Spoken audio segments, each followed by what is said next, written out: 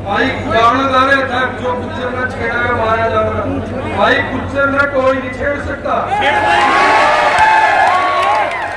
हाँ गुज्जर ही छेड़ सकता है, किसी ने जाकर छेड़ेगा गुज्जर ने कोई नहीं छेड़ सकता। डरो चिंता न करो। आज इस बात के पक्के सबूत है कि मीर बहुत ही इतिहास सम्राट गुर्जर सम्राट गुर्जर थे। भाई कलाकार साथी पत्रकार साथियों, सर्वप्रथम मैं अपनी तरफ से और कैथल जिले की सरदारी की तरफ से आदरणीय अतुल जी प्रधान का, उनके साथ आए समस्त टीम का, भाई करणजीत सिन्हा का, राजकुमार जी ढोड़पुर का, सबका कैथल की पावन पवित्र भूमि पर पहुंचने पर हार्दिक अभिनंदन करता हूं, स्वागत करता हूं। साथियों, थोड़ी देर पहले हमारे प्रेस के साथी पूछ रहे थे कि आपका राजपूत समाज के साथ क्या झगड़ा है। हमने कहा कि भाई प्रेस वाले साथियों, तुम झगड़ा दिखा देते हो, तुम बात का बतंगड़ बना देते हो। राजपूतों के साथ हमारा कोई झगड़ा नहीं किस टाइप का। राजपूत समाज हमारा भाई है। अतुल जी चाहे पुरानी जब से भी राजनीति करते हैं, हमने 76 राजनीति भी करी। भाई ओम प्रकाश राठी जी क्योड़े आरकेएसडी कॉलेज के प्रेसिडेंट बने। भाई नरेश राणा जी बाता के आरकेएसडी कॉलेज से प्रेसिडेंट बने। युवा साथियों ने मेरे को चुनाव लड़ा दिया, मैं भी जीत गया। और राजेंद्र राणा जी अपने क्योड़क के साथी, मतलब 10 प्रेसिडेंट आरकेएसडी कॉलेज में गुर्जर ग्रुप के राजपूत ग्रुप के बने। और अतुल प्रधान जी वो चुनाव हमारा, हम समझते हैं कि विधानसभा से भी बड़ा चुनाव होता था। साथियों, ये युवा साथियों को शायद उस बात का पता नहीं होगा, चौधरी विजय जी राजपूत समाज के बड़े नेता थे। जब उन्होंने चुनाव लड़ा, किसी गुर्जर समाज के गांव में किसी परिवार के आगे वोट मांगने की जरूरत नहीं पड़ी। चौधरी राम सिंह जी राणा अपने ट्योठा गांव से थे। समस्त गुर्जर समाज ने जितनी वोट भी पोल की बिशन सिंह राणा के हक में पोल करी। फिर लोकसभा का चुनाव आया, श्याम सिंह राणा जी ने चुनाव लड़ा। ये बताने वाली बात है साथियों, श्याम सिंह जी राणा ने क्योड़क जैसे महानगर में आने की जरूरत नहीं पड़ी। अकेले क्योड़क गांव से अतुल प्रधान जी इतने वोट शायद राव सुरेंद्र जी ने और लीला राम ने नहीं मिले जितने श्याम सिंह जी राणा को मिले। मेरा कहने का तात्पर्य है, हमारा भाईचारा है, परंतु राजपूत समाज के लोगों को भी, भाइयों को भी अपने संयम में जब्त में रहना चाहिए। कई साथी उनके बड़ी भद्दी टिप्पणियां करते हैं, टिप्पणी हम भी कर सकते हैं। और हम ये कह सकते हैं साथियों, हिंदुस्तान का इतिहास है, राजपूत रेजिमेंट है हिंदुस्तान के अंदर। अगर राजपूत रेजिमेंट में से गुर्जरों को निकाल दे, मैं कहता हूँ राजपूत रेजिमेंट का कोई औचित्य नहीं। हमारे चांदपुरी जैसे जिस पर गदर फिल्म बनी है, आप सभी हिंदुस्तानियों देखे, उसके ब्रिगेडियर कौन थे? गुर्जर थे, राजपूत रेजिमेंट में थे। मेरा कहने का मतलब यह है कि हमारा आपस में इतना घनिष्ठ संबंध है, उनको छोटी छोटी बातों को मतलब तोड़ना मरोड़ना नहीं चाहिए। क्योंकि आज इस बात के पक्के सबूत हैं कि मीर बहुत ही इतिहास सम्राट गुर्जर थे।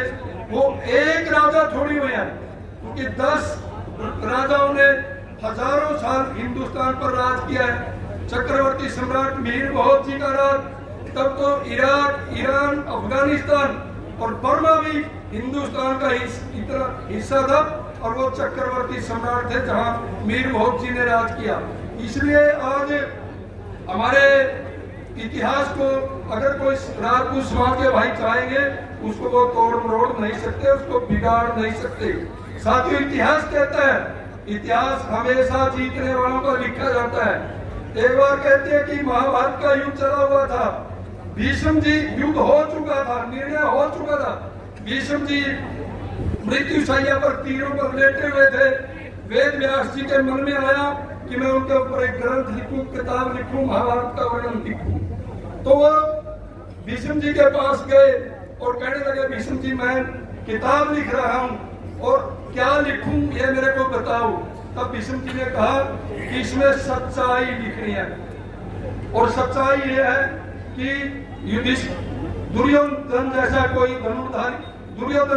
गदाधारी नहीं था, कर्ण का कोई मुकाबला नहीं था, द्रोणाचार्य का कोई मुकाबला नहीं था, अश्वत्थामा का कोई मुकाबला नहीं था। उसके मन में आई कि मैं जाकर श्री कृष्ण जी से भी पूछूं। वो कृष्ण जी के पास गए, कृष्ण जी से कहने लगे कि मैंने किताब लिखनी है, मैंने ग्रंथ लिखना है और इस महाभारत में मैं क्या लिखूं। तब श्री कृष्ण जी ने कहा कि जो सच्चाई है वो लिखो। अर्जुन का कोई मुकाबला नहीं था, युधिष्ठिर जैसा कोई छुरीबाज, नकुल जैसा कोई तलवारबाज नहीं था और भीम जैसा कोई गदाधारी नहीं था। वेद व्यास जी, अतुल जी कहते हैं कि वेद व्यास जी चक्कर में पड़ गए। वो वापिस आए और भीष्म से कहने लगे कि जी श्री कृष्ण जी तो ये कह रहे हैं। तब श्री भीष्म जी ने कहा नहीं, आप इतिहास इस बात का गवाह है कि कर्ण का कोई मुकाबला नहीं, दुर्योधन का कोई मुकाबला नहीं। वो कंफ्यूज हो गए, दोबारा श्री कृष्ण के पास गए कि उन्होंने कहा कि बिल्कुल सच लिखना, सच के सिवाय कुछ नहीं लिखना। श्री कृष्ण जी के मन में आई कि ये भीष्म ऐसे नहीं मानेगा, बोला लिखो और बिल्कुल सच्चाई लिखो। आप इसके अंदर लिखना कि भीष्म का चरित्र ठीक नहीं था, मैं पूरा इसका वर्णन नहीं कर सकता। और तो वेद व्यास जी सस्पेंस में पड़ गए, दोबारा भीष्म जी के पास आए कि जी श्री कृष्ण जी तो ये कह रहे हैं आपके बारे में। तब श्री कृष्ण भीष्म जी ने कहा कि जो वो गवाला कहता है ना, श्री कृष्ण की संज्ञा बदल दी, जो वो गवाला कहता वो लिखो। मैं युवा साथियों को कहता हूँ, जो आप लिखना चाहोगे वो आपका इतिहास लिखा जाएगा। आप बहादुरी से लड़ोगे, बहादुरी का लिखा जाएगा। आप समाज को दिशा दिखाने का काम करोगे, वो लिखा जाएगा। अगर कहीं कायरता का परिचय दोगे और यहाँ आकर के सिर्फ भाषण दे दोगे या ये गाना सुन करके आप सोचो कि बहुत बड़ा तीर मार दोगे, इससे कुछ नहीं होने वाला है साथियों। आपने संकल्प लेना पड़ेगा, हमें समाज के लिए काम करना है। वो एक दो साथी ने कहा कि भाई जिसको भी कोई पार्टी से टिकट मिले वो उस पर अमल करना चाहिए, उसकी मदद करना चाहिए। मैं सभी युवा साथियों से कहता हूँ, लंबी बात नहीं करूंगा, कि उन सभी साथियों ने उस पर अमल भी करना चाहिए। साथियों, आप जैसे युवा साथियों ने, मेरे जैसे साथी को इस गुर्जर समाज ने, अतुल जी हमारी शहरी सीट है और गुर्जर समाज की थोड़ी सी वोट है, इस युवा ब्रिगेड ने, इन गुर्जर सरदारी ने एक बार नहीं, शहरी सीट से मेरे जैसे सबसे छोटे आदमी को 2-2 बार विधानसभा में भेजने का काम किया। मैं ये कहता हूँ साथियों, आपकी करनी और कथनी में अंतर नहीं होना चाहिए।